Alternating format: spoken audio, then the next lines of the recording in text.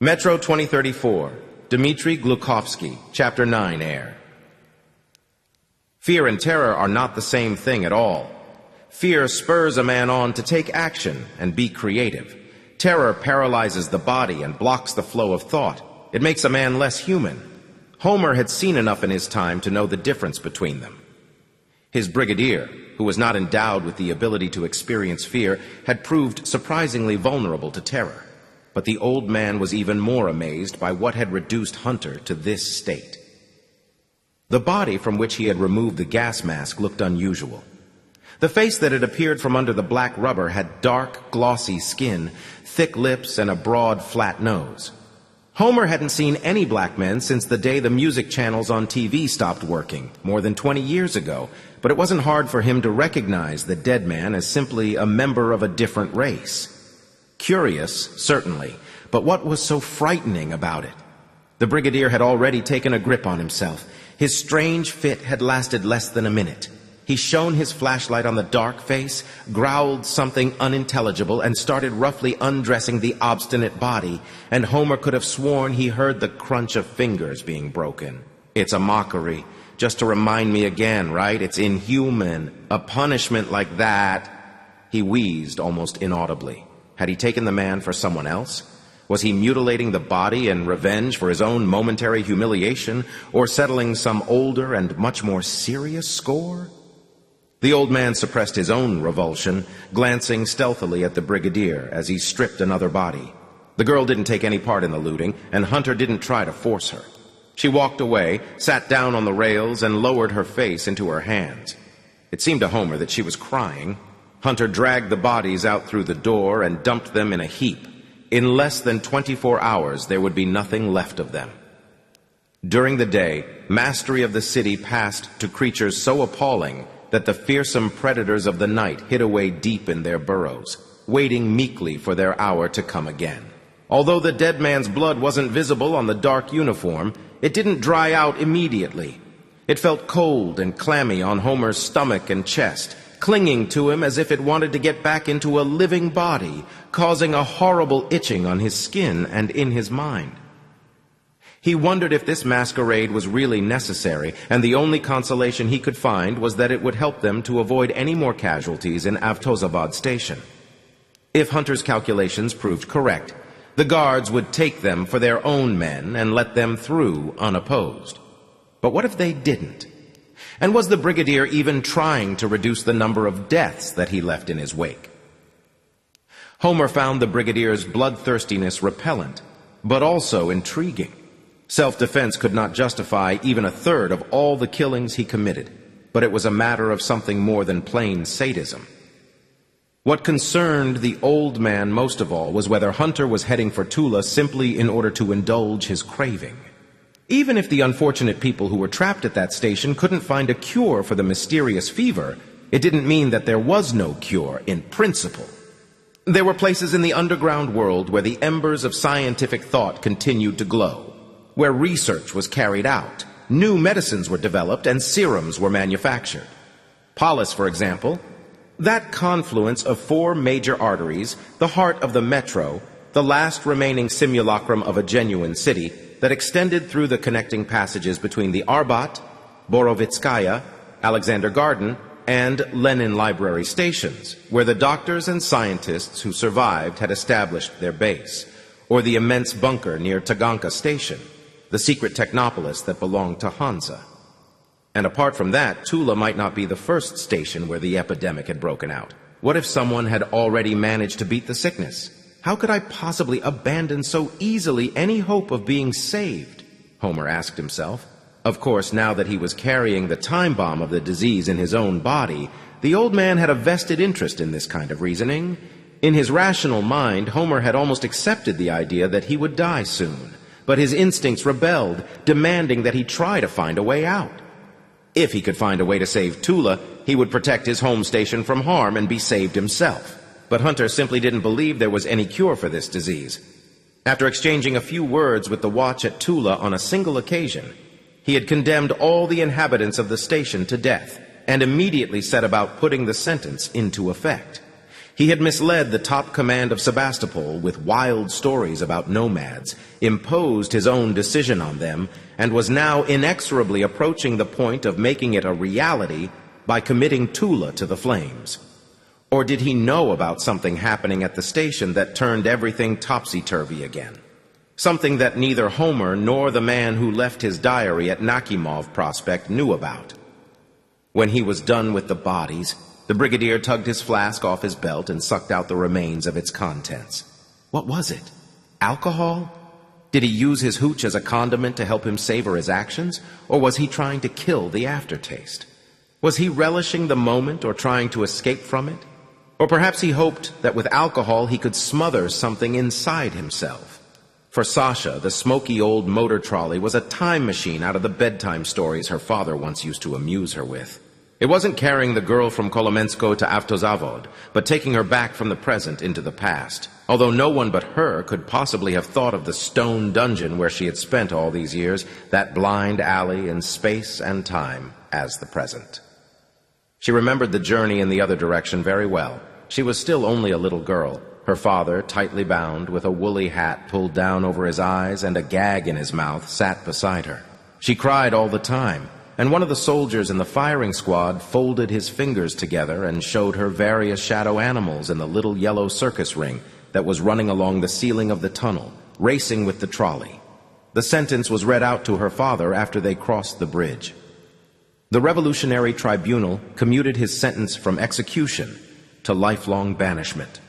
They pushed him out onto the rails, tossed him a knife, a submachine gun with one clip of cartridges and an old gas mask, then helped Sasha get down. The soldier who had shown the little girl the horsey and the doggy waved to her. Could he be one of the men who had been shot today?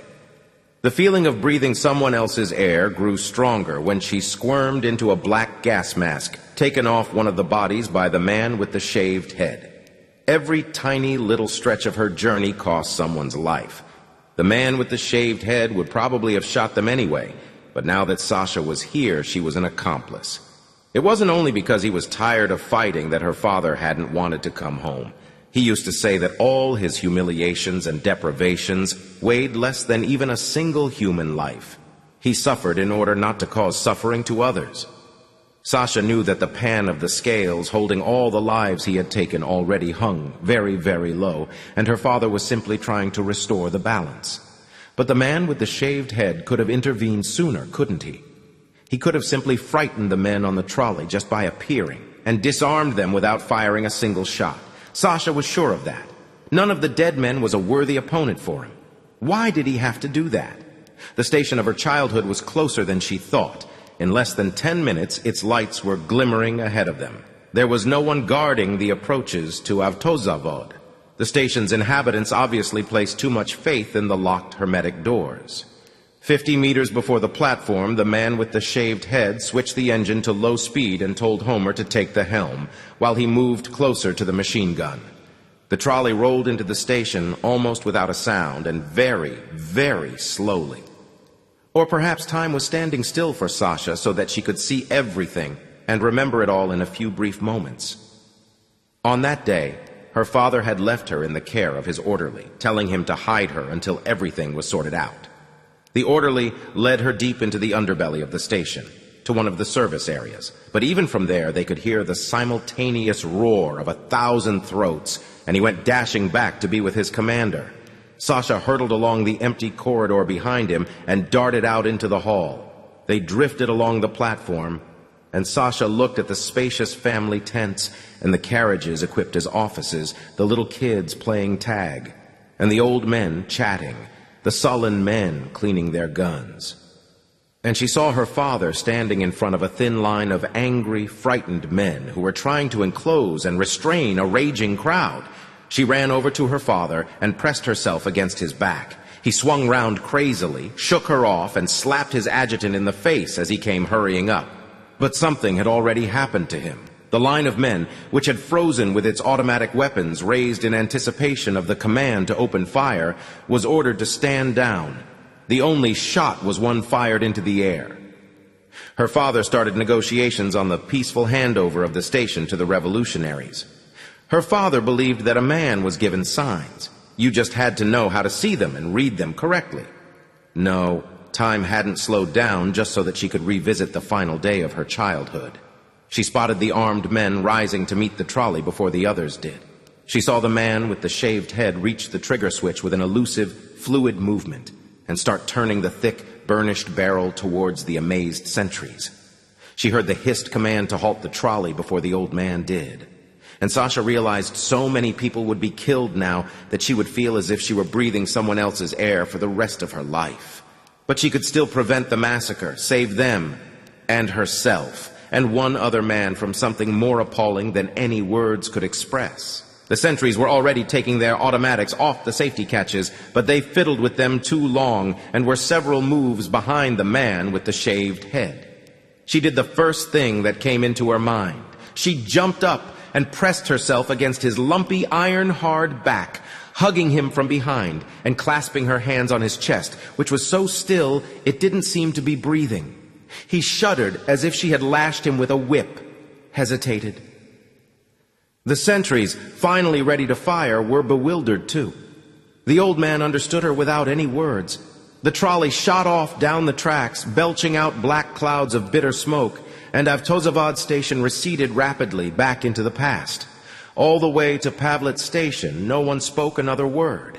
Hunter freed himself from the unexpected embrace, parting the girl's arms as if he were bending open a steel hoop that prevented him from breathing.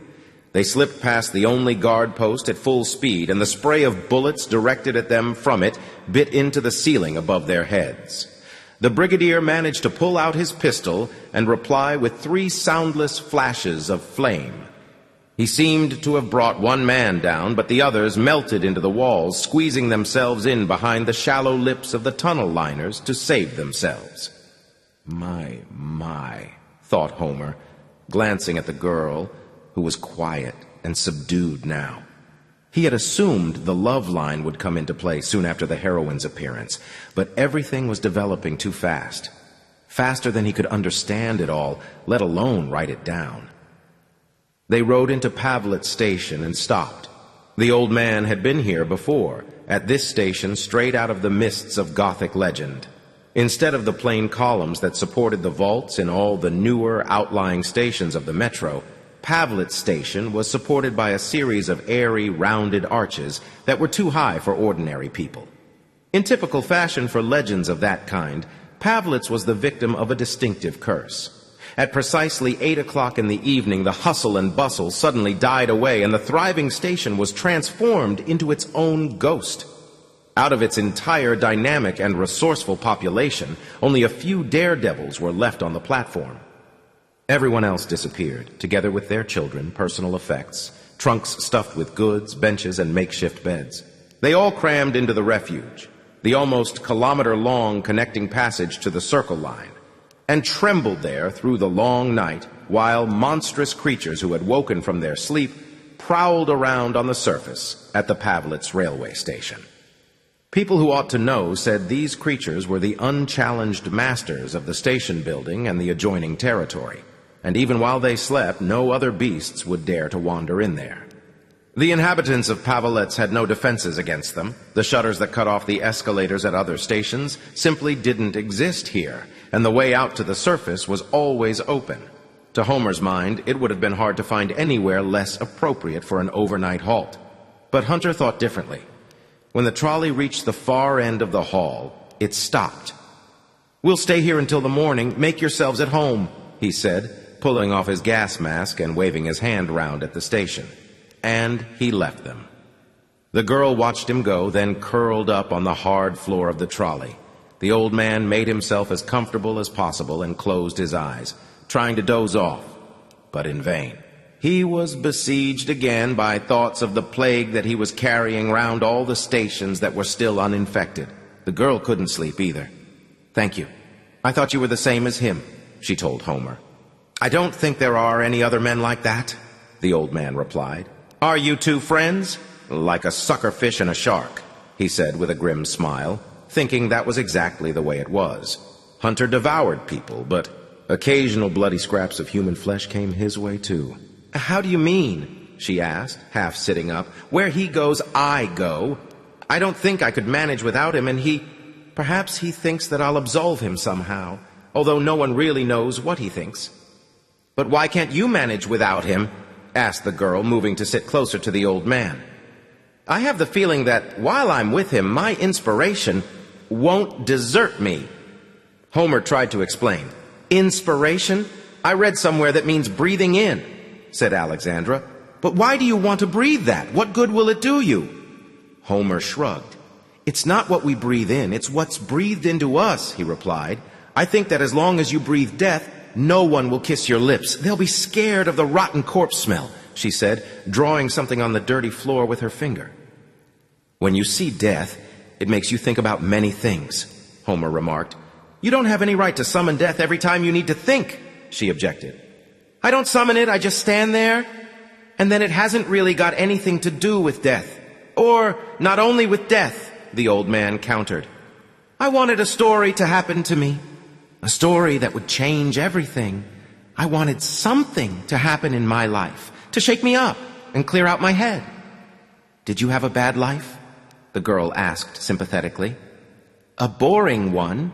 You know, when one day's like any other, they fly by so fast and it seems like the last one is really close already," Homer tried to explain. "You feel afraid of not getting anything finished. And every one of those days is full of 1,000 little things to be done. Do one, take a break, and it's time to start on the next one. You have no time or strength left for what's really important. You think, never mind, I'll start tomorrow. But tomorrow never comes. It's always just one long, endless today. Have you seen many stations?" She didn't seem to be following what the old man was telling her at all. "I don't know," he replied, puzzled. "All of them, probably." "And I've seen 2, the girl sighed. "First, my father and I lived at Avtosavod. Then we were exiled to Kolomensko. I always wanted to see at least one more. It's so strange here." She ran her eyes along the line of arches, as if there were 1,000 gateways and not even any walls between them.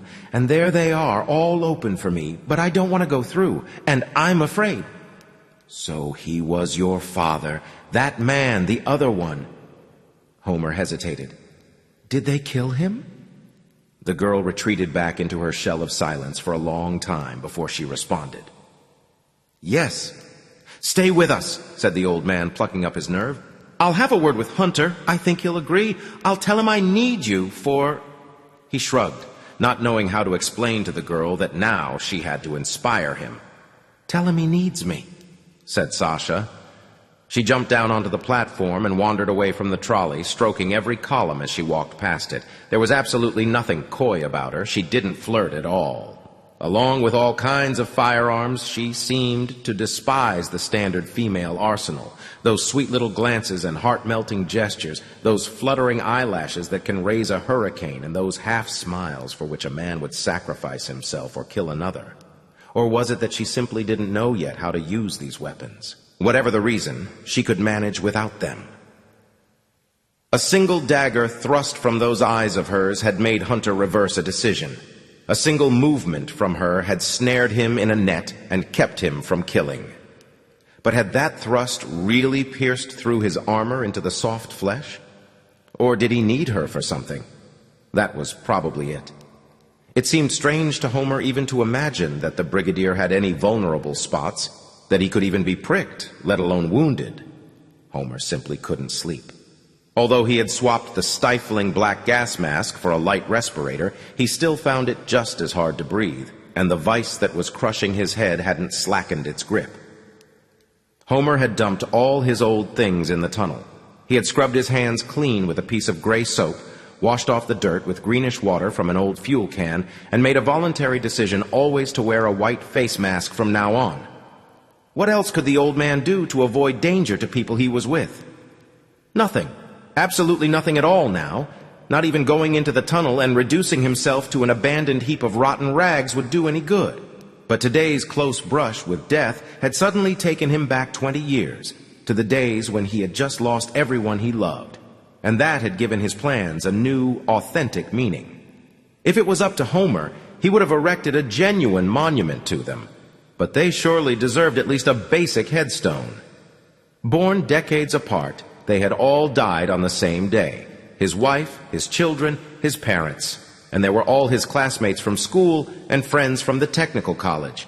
His favorite movie actors and musicians, and all those people who were still at work that day, or had already got home, or were stuck somewhere halfway in the traffic jams. The ones who died immediately and the ones who tried to survive, lingering for a few more days in the poisoned, half-ruined capital, scraping feebly at the locked hermetic doors of the metro. The ones who disintegrated instantly into atoms, and the ones who swelled up and crumbled away while still alive, devoured by radiation sickness. The scouts who went up onto the surface first couldn't get to sleep for days after they returned from their mission. Homer had met some of them round the campfires at transfer stations. He had looked into their eyes and seen streets like frozen rivers, swollen with dead fish, imprinted on those eyes forever. Thousands of stalled cars with dead passengers choked the avenues and the highways leading out of Moscow. Dead bodies were lying everywhere. Until the city's new masters arrived, there was no one to clear them away. To spare themselves, the scouts tried to avoid the schools and kindergartens, but to lose your mind, it was enough to catch a single frozen gaze from the back seat of a family car. Billions of lives were broken off simultaneously. Billions of thoughts were left unspoken. Billions of dreams were left unrealized. Billions of grievances were left unforgiven. Nikolai's little son had asked him for a big set of colored felt-tip pens. His daughter had been afraid to go to her figure skating lessons. Before she went to sleep, his wife had described in vivid detail how they would spend a short holiday by the sea together, just the two of them. When he thought that these little wishes and desires were the last they had, they suddenly became exceptionally important. Homer would have liked to carve an epitaph for each one of them. But humanity certainly deserved at least one epitaph for its gigantic mass grave. And now, when he himself had almost no time left, Homer felt he could find the right words for it. He still didn't know what order to arrange them in, what he would use to bind them together, how he would embellish them. But he could already sense that the story unfolding before his very eyes would have a place for every restless, troubled soul, for every single feeling and every crumb of knowledge that he had gathered so painstakingly. And for him, too, no plot could have suited his purpose better. When dawn came up on the surface, the rows of market stalls would stir into life down below, and then he would definitely take a walk along them to get himself a clean exercise book and a ballpoint pen. And he had to hurry. If he didn't get down on paper the outlines of the future novel that he could see glimmering like a mirage ahead of him, it could melt away.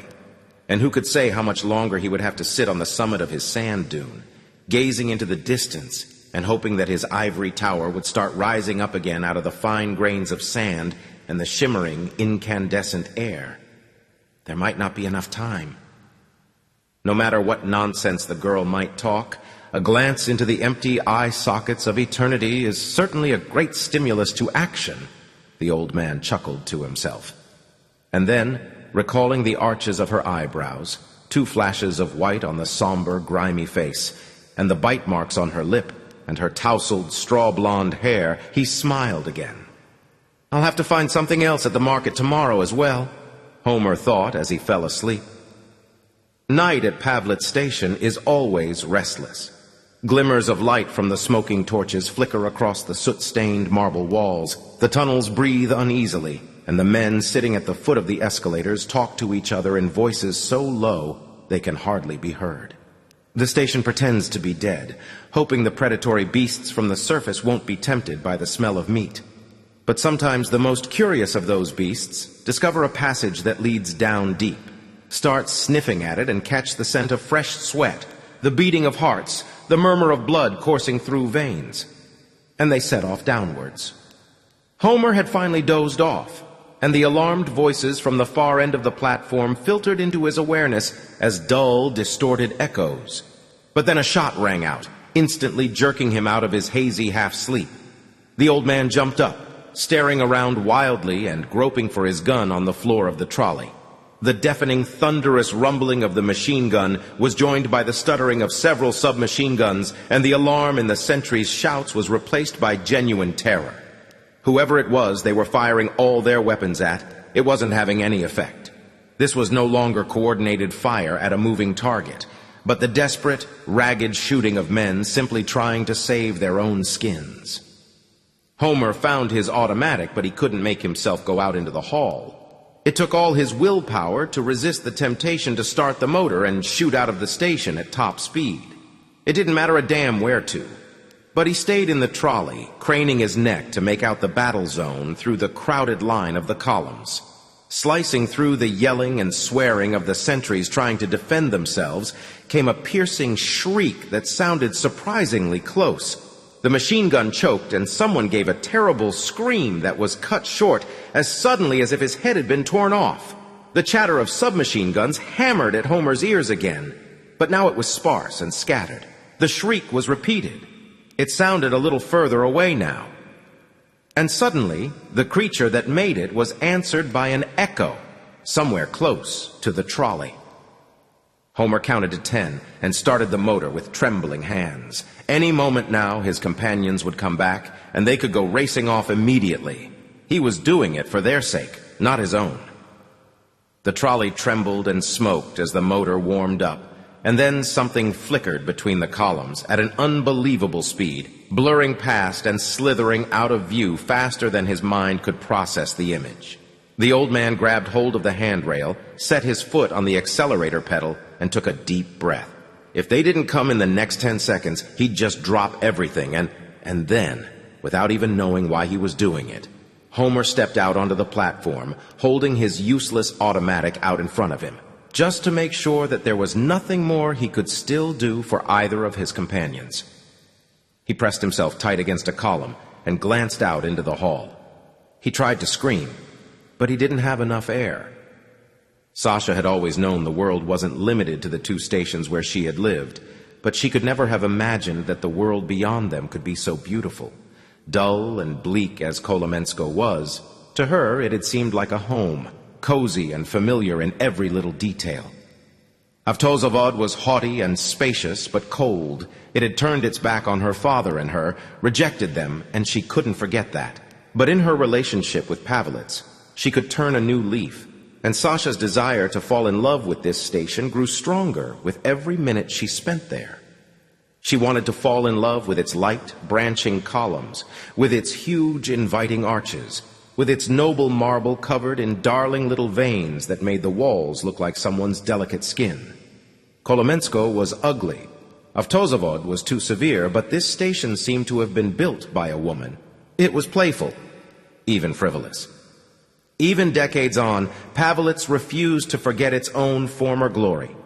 The people who lived here couldn't be vicious and cruel, Sasha thought. Did she and her father really only have to get past one hostile station in order to find themselves in this magical land? Would it really have been enough for him to live just one more day in order to escape from his exile and hard labor and be free again? She would have been able to persuade the man with the shaved head to take both of them. In the distance, a campfire flickered, surrounded by sentries, and the beam of a searchlight probed at the high ceiling. But Sasha didn't want to go that way. For so many years it had seemed to her that once she broke out of Kolomenskoye and met other people, she would be happy. But now Sasha needed only one person to share her delight and amazement that now the world really was bigger by a whole third, and her hope that everything could still be put right.